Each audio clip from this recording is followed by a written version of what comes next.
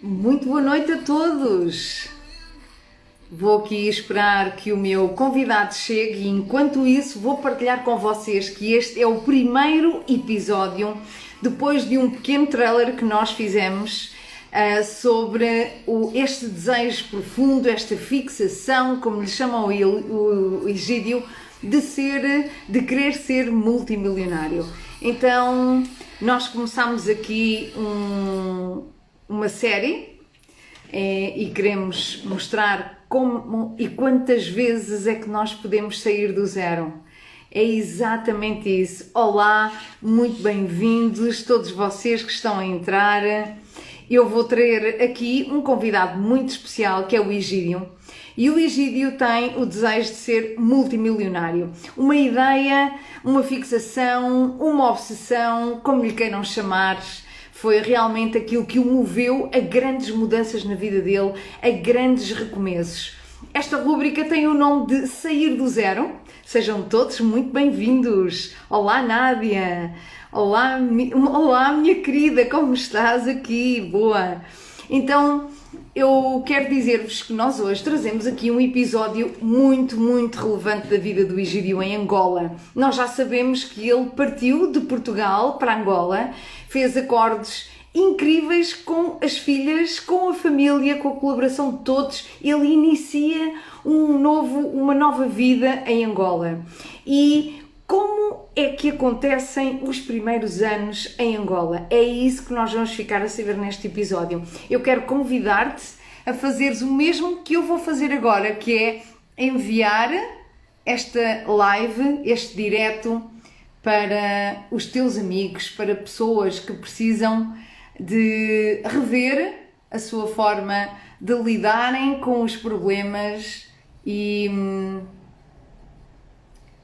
conseguirem, atreverem-se a recomeçar. É essa a proposta desta live, destes diretos, é que a gente possa inspirar outros a recomeçarem. Nem sempre as coisas correm bem, nem sempre tomamos as melhores decisões, nem sempre fazemos as melhores escolhas. Mas o que importa é tomar decisões, é não ficar parado à espera que aconteça. O que importa é estar em movimento. E o Egídio vai mostrar-nos hoje que entrou em movimento, decidiu, foi para Angola, aceitou um novo projeto. Eu vou querer saber um pouco mais sobre o que era este projeto, o que é que ele fazia, qual era a dinâmica do negócio, quais eram as ambições que esse negócio podia trazer para ele. E eu espero que vocês tenham enviado este link para tantos amigos quantos os que vos são possíveis, tá? Eu agora vou dar como concluído e convidar o Egídio para entrar na live. Ora, vamos aqui ver se eu faço isto muito bem feito. Acho que faço. Convidei o Egídio, vamos aguardar que ele entre. Então, o Egídio é um empresário que tem uma fixação por ser multimilionário.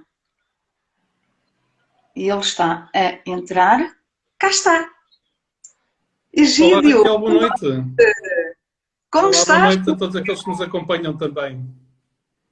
Que tal o meu som hoje? Está ótimo? O teu som está maravilhoso Ótimo. e eu aproveito para perguntar a quem nos está a ouvir se o som para vocês também está muito bom. Eu estava a tentar ouvir-te aqui nos meus, mas não consigo. A qualidade do meu som está boa? Está ótima. Desta vez não Maravilha. parece que haja aqui qualquer ruído de fundo. Egídio, eu tenho na minha perspectiva, no meu mapa mental, que elogiar o facto de tu... Obrigada, minha querida. Está aqui uma colega, a Flor, para a estética. Faz um trabalho incrível esta minha colega, é fantástica e está aqui a assistir-nos. Um beijinho grande para ti. Um beijinho, Bruno. Um beijinho, Nádia. Um beijinho a todos vocês que estão aqui connosco. O meu convite é que enviem este aviãozinho e convidem mais pessoas. Olá, Ruben, que precisem de ser inspirados, motivados para sair do zero, porque dificuldades vão sempre existir. Nós no trailer que fizemos revelámos aqui um pouco daquilo que foram as maiores dificuldades que o Egídio teve após a consciência de que ficaria cada vez mais difícil ser multimilionário, porque a transação de um negócio multimilionário fez com que ficasse muito longe daqueles que seriam os seus sonhos aos 35 anos. E nós hoje trazemos neste episódio como é que é a vida dele como empresário em Angola, como é que inicia. É isso que eu quero saber hoje, Egídio. Qual foi o negócio que te posicionou em Angola? O que é que fazias exatamente? E quanto é que isso te poderia aproximar deste sonho, desta fixação de ser multimilionário? Deixa-me começar por te dizer, Raquel, obrigada pela pergunta, mas deixa-me começar por te dizer que quando saí de casa, de facto, só trouxe 2 peças comigo. Uma mala de roupa de viagem, uma caneta, que o meu pai dizia que eu julgava que era o Champalimau, só precisava da caneta para assinar, não é? Eu disse-lhe que não, que era para criar novos projetos. E o meu relógio, nada mais. Por isso eu comecei efetivamente com 3 peças, o relógio, a caneta e a mala de roupa. Foi assim que eu fui para Angola, ok? Se podemos dizer que isso é zero, eu acho que sim. Estou de acordo que comecei de zero. O projeto em Angola era um projeto muito giro, desafiante. Mais uma vez também começar de zero, porque não havia lá nada. Teríamos que criar uma rede de revendedores de material informático. Havia poucas lojas, porque Angola tinha estado em guerra até 2002. Nós estávamos em 2006. E por isso ainda não havia assim uma grande estrutura social em termos de lojas, de abertura de lojas, mas estava-se a dar esse início dessa explosão. E o meu papel era, no fundo, visitar o país todo, de norte a sul, do Cunene ao Soio, ao Cabinda, como lá dizem, e conhecer todos os revendedores de informática e tentar ser o fornecedor de todos eles, com os mais diversos materiais informáticos. Deparei-me com um sério problema, porque já havia há alguns anos uma entidade que era um monopólio completo, que tinha ligações, enfim, políticas e sociais muito fortes e que dominava o mercado por completo. Por isso não foi uma entrada fácil, porque não fui lá dar nada de inovador, não é? Eles já estavam fornecidos com a entidade que lá estava, que já conheciam, com quem já tinha relações. Enfim, fui criar ali um choque. Deixa-me só perceber uma coisa. Portanto, tinhas um concorrente muito forte. Muito forte, sem dúvida alguma. A influência política nos negócios em Angola é um fator determinante para o sucesso de uma empresa. Sem dúvida. Eu acho que inclusivamente até para todos os processos, desde o momento da importação, porque lá tudo é importado, não é? E mesmo a parte processual da importação, alfândegas, despachos, autorizações, tudo isso era conseguido a uma velocidade diferente da nossa. Os canais estavam lubrificados, é normal que assim seja, não é? Mas de facto, pronto, era uma concorrência séria, uma concorrência muito profissional e uma concorrência que tinha todos esses canais lubrificados. Eu tive que ir fazer o caminho das pedras, não é? Eu tive que perceber quem era quem, com quem é que eu devia falar, que canais é que teria que abrir, que pedras é que tinha que saltar e quais é que não devia pisar. E tudo isso foi um processo também lento, demoroso e doloroso, não é? Tem estes adjetivos todos. Exatamente. Eu estava aqui, estavas a falar e eu tenho uma atividade que ela é muito comercial e trouxe para mim a importância quando estava a ver esta história que se nós queremos sair do zero, a tua entrada em Angola foi com esse propósito de levar um produto para vender de forma massiva. Era essa a tua expectativa com essa oportunidade em Angola? Sem dúvida, era chegar lá e vencer. Julguei que não ia ter uma concorrência tão feroz pela frente. Queria vender milhões logo nos primeiros anos e que íamos recuperar em termos financeiros e conseguir recuperar rapidamente. De facto vendemos, chegámos a vender milhões, mas foi difícil, foi um caminho um bocado tortuoso. Também não tinha uma equipa ainda consolidada, não é? Tive que criar uma equipa de televendas, de suporte administrativo, faturação, etc. A articulação com Portugal, porque dependia muito de Portugal, da casa-mãe, também não era fácil, porque eles não estavam habituados a ter uma filial e por isso ainda também dentro da própria organização não havia uma grande estrutura preparada para receber os pedidos que vinham de Luanda, de Angola. Enfim, foi tudo uma aprendizagem, foi tudo pôr uma roda em movimento. Imagina o que é empurrar um trator até que ele entre em movimento. Foi esse o esforço. Estou a entender. Não é? Estou a entender. Diz-me uma coisa, esse investimento estava previsto ter a duração de quanto tempo? O retorno estava previsto em quantos anos? Nós tínhamos um plano de 3 a 5 anos, em que o nosso break-even eventualmente apareceria no final do terceiro ano. E pronto, estávamos a caminhar para esse objetivo e penso que sim, que iríamos ter resultados até antes disso. Mas enfim, as coisas estão sempre em evolução e não foi bem também essa a perspectiva inicial, não foi o desfecho da situação. É difícil estabilizar numa equipa de vendas? Tem os seus desafios, não é? Até porque eu tinha uma equipa mista, tinha elementos portugueses e tinha elementos angolanos. Sabes que isso, enfim, cria sempre ali alguns litígios porque os contratados, os expatriados, têm condições diferentes, têm casa, têm carros, têm algumas outras facilidades que os locais normalmente não têm porque já são locais, não carecem dessa necessidade. Mas a verdade é que esse pequeno diferencial, ou grande diferencial, cria sempre atritos dentro da equipa, não é? E também tive que saber ultrapassá-los. E só que aparentemente para quem está ela é injusta, não é? Eles sentem-se injustiçados. Sem dúvida, não é? Porque a tua expectativa era o estrangeiro tem mais do que os locais, não é? Yeah. A tua expectativa era estar a faturar quanto em 3 anos? Nós esperávamos atingir a casa dos 5 milhões de faturação anual nos primeiros 3 anos. Penso que não ficámos muito longe. Quando o projeto se encerrou, dávamos na casa dos 4 milhões e tal, por isso não estávamos longe dos objetivos. Mas, entretanto, fui surpreendido com uma decisão política, geoestratégica, porque o meu amigo Paulo resolveu vender a empresa-mãe aqui em Portugal a um grupo espanhol e o grupo espanhol achou que tinham que se concentrar na Ibéria e não fazia sentido nenhum ter uma filial em Angola e por isso era para fechar. E eu fui confrontado, literalmente confrontado com essa decisão. Imagina o que é tu estares já a preparar toda a tua estrutura, já tens as coisas mais ou menos a rolar, casa, carro, enfim, ambiente, amigos. Uma estrutura, diria já, quase estável.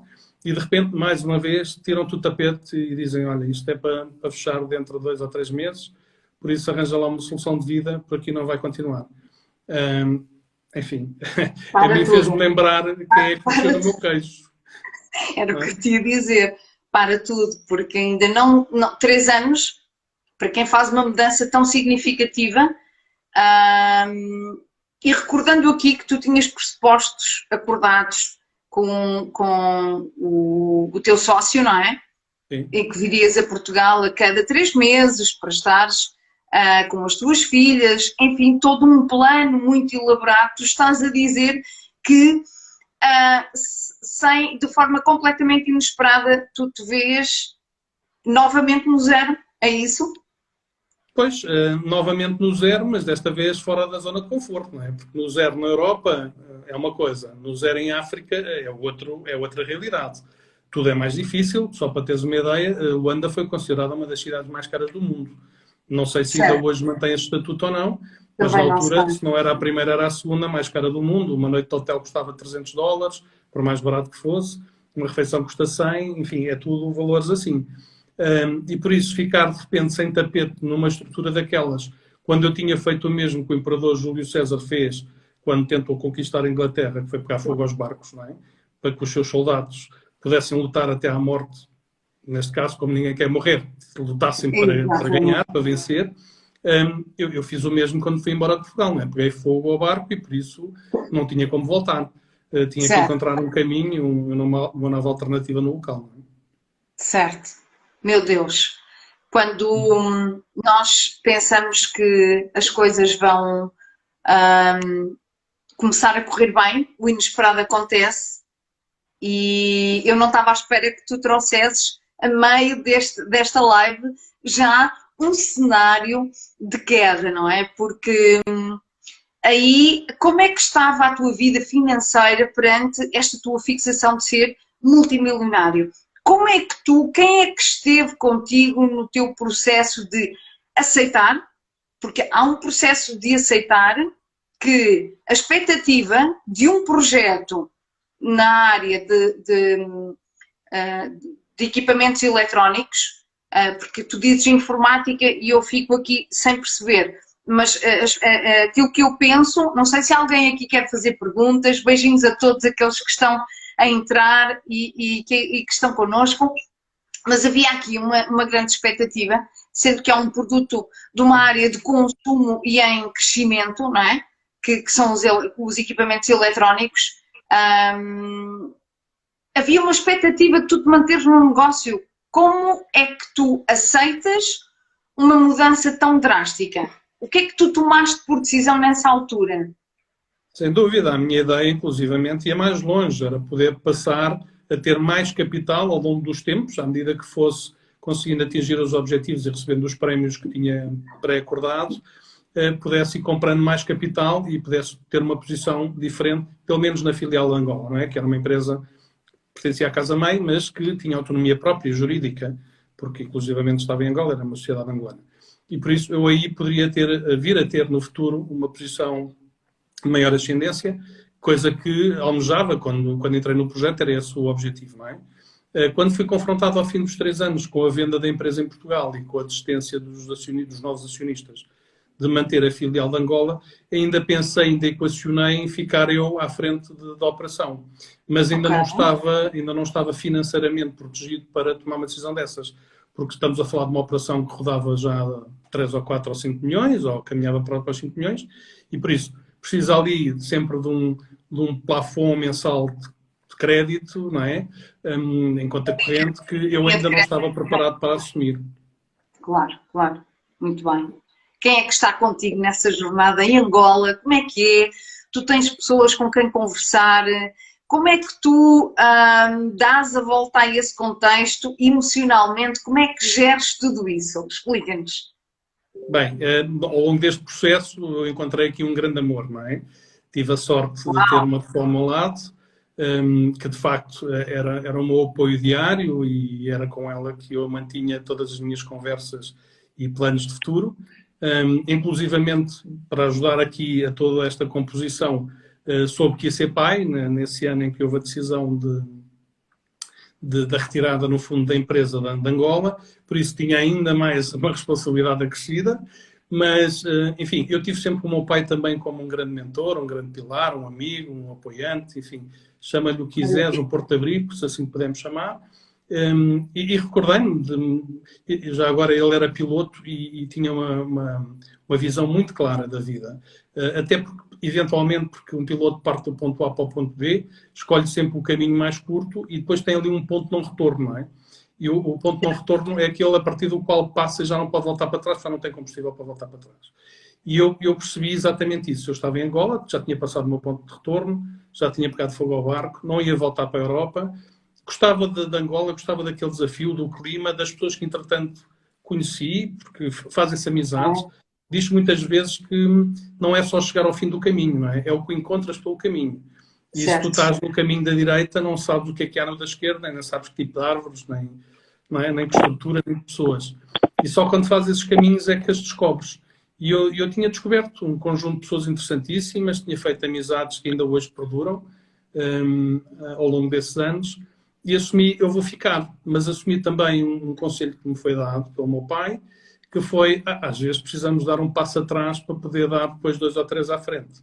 Ou seja, eu precisava de me estruturar, de me capitalizar, e por isso, se calhar, não era o momento oportuno para voltar a ser empresário por conta própria. E aí, enfim, tive que tomar a decisão, e penso que foi a decisão mais acertada na altura, foi aquela que acabei por tomar, de trabalhar para terceiros.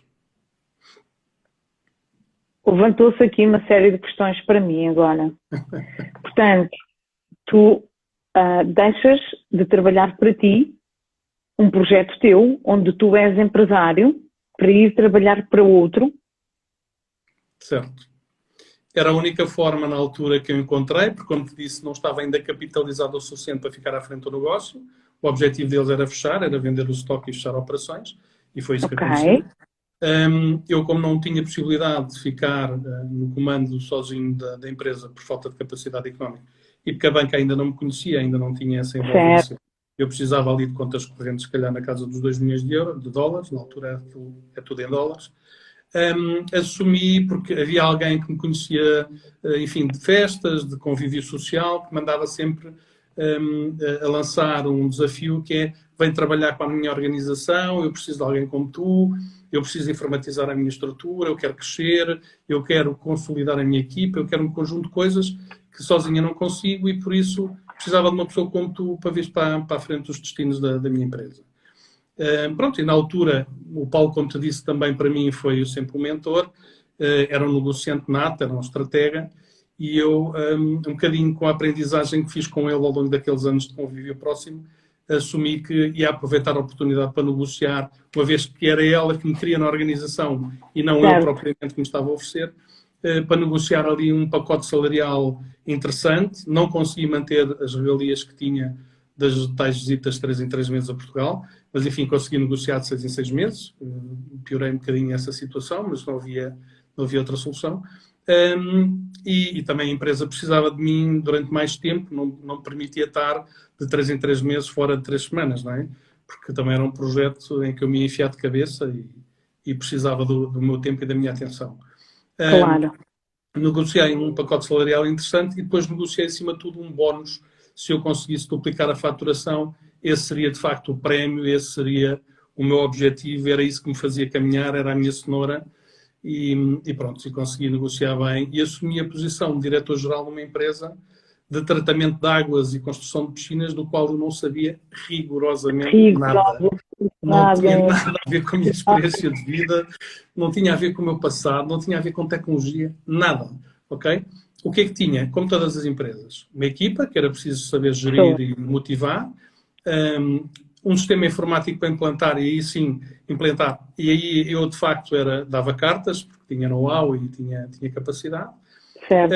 Percebi também que ao entrar ali, porque era uma equipa grande, de 20 e tal pessoas, ia ser comido vivo. Quantas pessoas, Egídio? Eu penso que na altura que entrei, cerca de 28 pessoas. 28 pessoas. Egídio, deixa-me dar-te os parabéns, aproveitar esta pausa tua para dizer, muitas vezes, o nosso mindset, né, o nosso chip, tem muita dificuldade em se posicionar numa mudança destas. E tu contas as coisas com uma ligeireza tão grande que eu nem chego a perceber se isso foi assim uma coisa tão imediata, tão rápida, tão célere, em que terminas a tua rescisão com um contrato de um projeto que era teu e rapidamente já estás inserido num novo projeto. Partilha um pouco. Como é que foi para ti emocionalmente? Não é? Porque há uma questão sempre muito emocional que talvez nos negócios, e pareça aos outros que olham de fora, que todas essas mudanças, porque não saindo do zero financeiramente, talvez eu não esteja a ser precipitada, mas parece-me que neste caso tu estarias mais confortável financeiramente do que quando deixaste tudo em Portugal e foste para Angola, mas a questão emocional, mais uma vez, tu estavas a começar algo novo. Será que este sair do zero também não se poderá trazer para o campo emocional, em que emocionalmente estarias a sair do zero para um novo projeto? Não senti dessa forma, Raquel, eu explico porquê. Boa. Porque enquanto na primeira vez era de facto um corte radical, era um não voltar, era um acabar com uma estrutura de 15 anos, enfim, havia ali um conjunto de sentimentos envolvidos. Neste momento em que me tiram o tapete, é só a nível empresarial, não é? Em termos sentimentais, eu estava numa fase ascendente, não é? Estava num novo amor, certo. Okay. Ia ser pai novamente, que é uma alegria, como podes imaginar, e por isso havia ali um conjunto de valores e de sentimentos e de emoções positivas e não negativas. A única coisa negativa foi, ok, agora deixaste de ter aqui uma fonte de rendimento, este projeto não vai continuar, mas bora lá encontrar um caminho, porque esse não é um problema grave, não é? Grave seria se eu estivesse sozinho, se não tivesse estrutura nenhuma, mas eu estava e tinha acabado de mergulhar, como sabes, 3 anos antes no abismo, e por isso estava em recuperação profunda, estava em ascensão. E quando estás em ascensão, tu aceitas as coisas sempre com uma outra leveza, não é? Quando estás a mergulhar é que tudo é mau. Enquanto estás a fluir e quando estás a vir à superfície, as coisas eu tenho aqui uma pergunta para ti. Tu só estás há 3 anos, nessa altura, tu só estás há 3 anos em Angola, quando isso acontece. O que é que quem nos está a ouvir eu acho que é muito relevante trazer aqui à evidência que o networking, o que faz com que tu consigas essa oportunidade de entrar nessa empresa é exatamente o quê? O que é que tu fazes no momento em que tu estás a entregar, deixar ir, não é? Porque não há outra possibilidade, o que é que faz com que tu já tenhas uma oportunidade tão boa que tu não te sintas desesperado, que tu digas, ok, bora lá, vamos, não vou perder esta oportunidade, de alguma maneira isto está dentro das minhas competências. Quais são os pontos aí que tu trazes para ti que te fizeram manter em Angola, acreditar que eu ainda posso construir o meu património e continuar a perseguir este meu sonho de ser multimilionário? Quais são os pontos, o que é que aconteceu nesses 3 anos que te fez ficar e que te fez continuar a lutar por este sonho? O que é que tu dirias a qualquer pessoa que nos está a ouvir? Quais foram os pontos principais? Bem, primeiro porque eu tive que criar uma carteira de clientes, não é? E por isso visitei o país de norte a sul, como te disse há pouco, de este para este, e conheci gente interessantíssima. Eu tentei abrir o maior número de empresas possíveis, de grandes dimensões. Fui fazendo amigos e amizades ao longo desses trajetos e de todas essas reuniões. E depois socialmente convivia, porque é uma terra de calor, uma terra de festa, de música, e por isso convida a estar fora de casa e não dentro de casa. E ao estar fora de casa estás a conviver, estás a manter relações, estás a criar networking. Tive a sorte de encontrar pessoas lá que também estavam deslocadas em Angola, mas que me conheciam de cá, inclusivamente, o meu tempo áureo aqui da empresa de informática em Portugal, e que estavam também muito bem posicionadas, tinham relações com a Embaixada de Portugal, com determinados bancos. Era convidado frequentemente, até porque era diretor-geral da empresa, da grande empresa que tinha acabado de chegar a Angola, e por isso aparecia nas notícias, fazia entrevistas de televisão, de jornais, etc. Andava sempre na BR e na mídia e era convidado para muitos eventos, não é? Muitos jantares e muitos acontecimentos. Isso levou-me sempre a conviver muito e a ter muitos contactos. E por giro que pareça, Angola precisava sempre ter um sistema de filtração de água, porque a água lá é imprópria para consumo. Tens que ferver, tens febre tifoide, tens ali uma data de doenças associadas ao consumo da água. E nós pusemos um sistema de filtragem em casa. Foi aí que eu tive o primeiro contacto com a empresa com que eu mais tarde vou a trabalhar. Porque foi no contacto da aquisição dos filtros e da tentativa de perceber como é que aquilo funcionava que estabeleci uma relação com a proprietária, que era uma senhora. Estabeleci uma relação com ela e fomos ficando amigos e começámos a almoçar e a beber copos juntos ao fim de semana e foi-se criando ali uma relação, não é? E eu, na altura, a trabalhar para a empresa para a qual fui, e ela sempre a aliciar-me. A ideia era poderes vir, era ajudar-me a desenvolver aqui a minha empresa e a criar aqui uma estrutura diferente. E era sempre a questão da informatização, ou seja, ela olhava para mim como o super sumo da informática que lhe ia resolver os problemas todos da empresa, percebes? E acho que o convite vem daí. Foi assim, na verdade, que a coisa surgiu. E o desprender-me da empresa anterior, não, houve um processo, houve um tempo, não é? Foi acordado ali um período de 3 meses, em que gradualmente foi feita a passagem. Okay. E pronto, em 3 meses saí de uma, não digo que entrei no dia seguinte, mas se não foi no dia seguinte, foi na semana seguinte. Entrei na outra e iniciei um trabalho. Que devo dizer que foi um dos melhores momentos da minha vida. Em qualquer que seja a nossa situação, procurar manter um posicionamento e manter-nos rodeados de pessoas é essencial, não é? Porque eu acredito que nós, no ponto de partida, não sabemos necessariamente. Estou a ouvir ou estou a ouvir mal agora, desculpa. Agora estás-me a ouvir. Agora lindamente, sim. Então, nós não saímos necessariamente do zero, não é? Há um ponto de partida e perceber que há recursos que nós não deixamos de ter e podemos continuar a potenciá-los independentemente de qualquer que seja as circunstâncias. E é muito isto que fica para mim hoje deste nosso momento, deste primeiro episódio, é que O recurso de querermos estar no meio de pessoas, convivermos, socializarmos, ele é nosso, estejamos nós onde estivermos.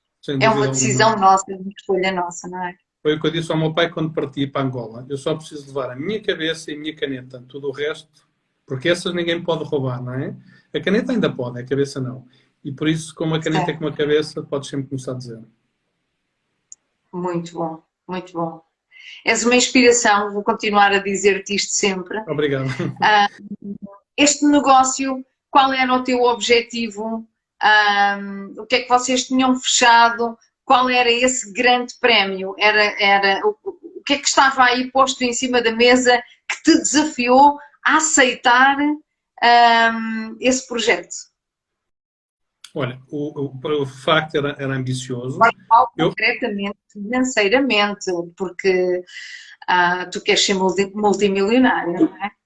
Era muito ambicioso porque eu tinha negociado a duplicação da faturação, ou seja, o objetivo era, no primeiro ano, duplicar a faturação da empresa. Não é fácil, como podes imaginar, sem duplicar propriamente a estrutura. Havia muitos roubos, porque era uma empresa de manutenção, fazia serviços externos, era preciso peças para aqui, era sempre uma entrada e saída de peças muito grande, e por isso havia muitos roubos, muitos desvios, muitas perdas, eventualmente algumas perdas, que eu também teria de alguma forma de controlar, e aí seria a informática a ajudar-me, como é óbvio, passei a ter aquilo tudo controlado informaticamente, regularidade, para ver desvios e para ir controlando essas situações. Outra coisa que também tinha que fazer era, de alguma forma, criar uma equipa mais coesa, porque ali não havia assim grande... Não vestiam a camisola, essa é a verdade. Eu tive que criar ali planos de incentivos que levassem aquela equipa a estar motivada e a estar a trabalhar em grupo. Fui buscar duas pessoas incríveis que tinha conhecido em Angola. Aliás, uma delas, o Dionísio, eu já conhecia, fui buscá-lo. Uma cabeça brilhante e que foi, de facto, o impulsionador de muitas das regras que viemos a aplicar e muitos dos programas de incentivos que aplicámos. E fui buscar uma pessoa que não conhecia de lado nenhum, mas tinha ouvido falar que era uma guerreira, que estava a trabalhar com a Isabel dos Santos, a filha do Presidente da República na altura, e alguém me falou, esta Gabriela é uma máquina de trabalho, uma guerreira, vai a todas, levanta a voz, parece um homem. E ok, então essa mulher interessa-me e eu quero conhecê-la. E telefonei-lhe, liguei-lhe diretamente, alguém me deu o contacto dela, e desafiei-a a vir trabalhar comigo. Então tinha dois braços direitos. Tinha a Gabriela na área administrativa, tudo o que era administrativa passava por ela, e tinha o Dionísio para tudo o que era comercial e motivacional passava pelo Dionísio. Por isso eu consegui criar ali dois pilares que na verdade eram os meus orientadores, no fundo, não é?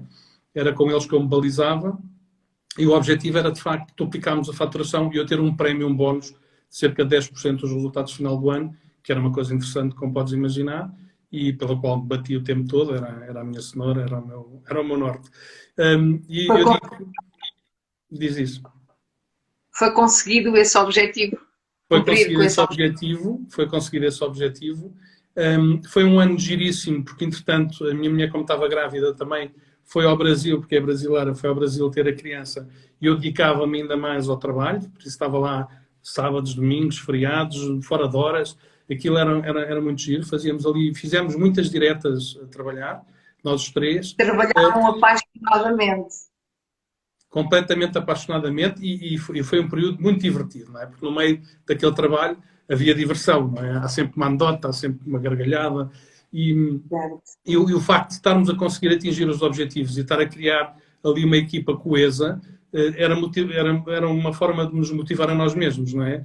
Nós sentíamos essa motivação, trabalhávamos durante a noite para na manhã seguinte ao recebê-los ter as coisas preparadas para lhes entregar, ou uma nova listagem, ou uma nova forma de abordarem o problema, ou uma nova rota, inclusivamente alterámos as rotas de manutenção. Nós tínhamos clientes que pagavam uma manutenção, enfim, e tinham que ser feita uma assistência todos os meses, e aquilo era um bocado ad hoc. Hoje vou para a direita, amanhã vou para a esquerda, e nós criámos rotas para que a coisa fosse mais fácil de gerir e muito mais económica do ponto de vista da operação.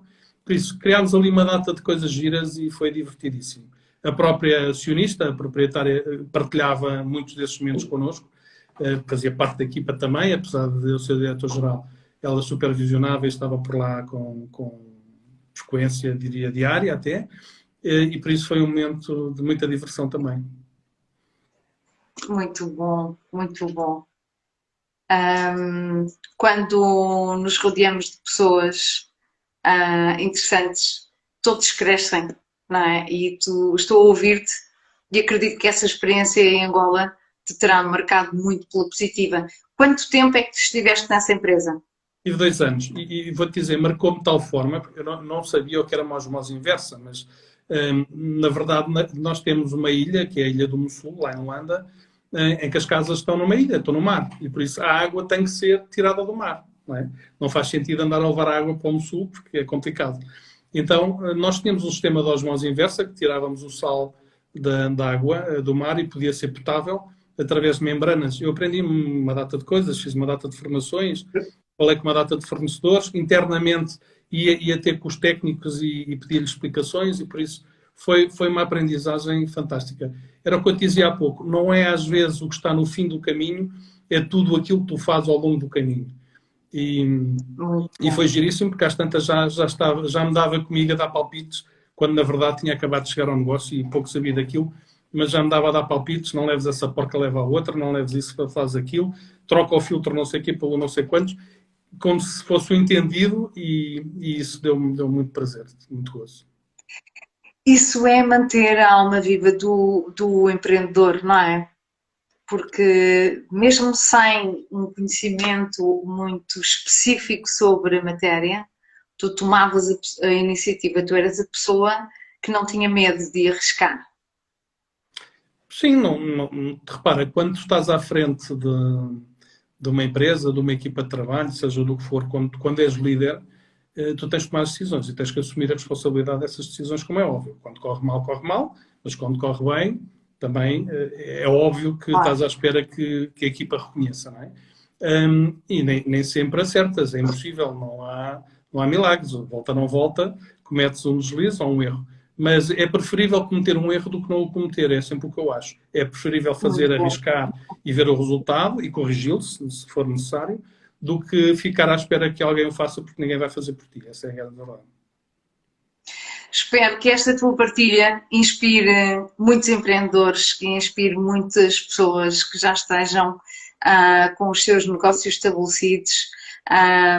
E é isso, porque nunca começamos do zero e é importante arriscar, não nos desesperarmos com os imprevistos da vida, não é? Porque nada é tão certo assim. E mais uma vez, eu quero dar-te os parabéns por esta superação. Eu vi que tu te divertiste durante este projeto por 2 anos. Eu vi que tu gostaste daquilo que fizeste. E terminou, infelizmente, porque, enfim, as promessas feitas depois não se cumpriram na totalidade, e para mim isso é um desânimo total, por isso, se está combinado, há que fazer, se não se faz, então há que encontrar novos caminhos. Eu nessas coisas, de facto, sou muito radical. Epá, não há, pronto, vamos bater com a porta, vamos voltar a pensar noutro projeto. Foi por isso que tu deste como título a este episódio, a fixação por ser multimilionário continuava. Continuava, sem dúvida. E também percebi que por ali não chegava lá, não é? Aquilo foi o tal passo atrás que eu precisei dar para ganhar algum embalo financeiro e para me poder atirar para novos projetos. E de facto foi isso que aconteceu. Entretanto, ao longo deste tempo voltei a conhecer outras pessoas fantásticas, que abriram novas portas, novos horizontes e novas possibilidades, no fundo. E então, que tu não vais revelar, vamos deixar para o segundo episódio.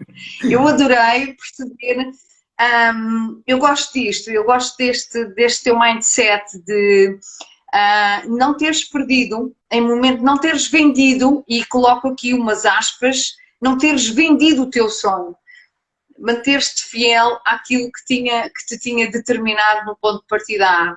Eu não vou perder de vista o meu sonho.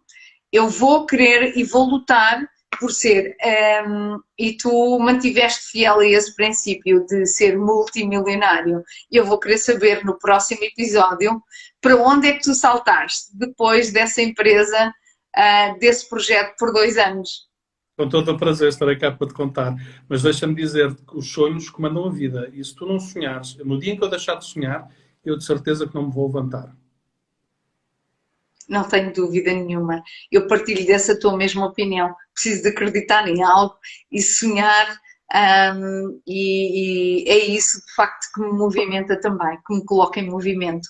A todos vocês que estiveram connosco, esta foi uma live com um episódio muito especial de uma temporada de 2 anos em Angola, num novo projeto, em que mais uma vez as coisas não começam, não acabam como começam, e no percurso de 10 anos em Angola, ao fim de 3 anos, o Egídio conta-nos neste episódio o que é que aconteceu e quais as condições que o mantiveram em Angola. Obrigada por teres partilhado connosco. Obrigado eu, até breve. Um pouco mais da tua história.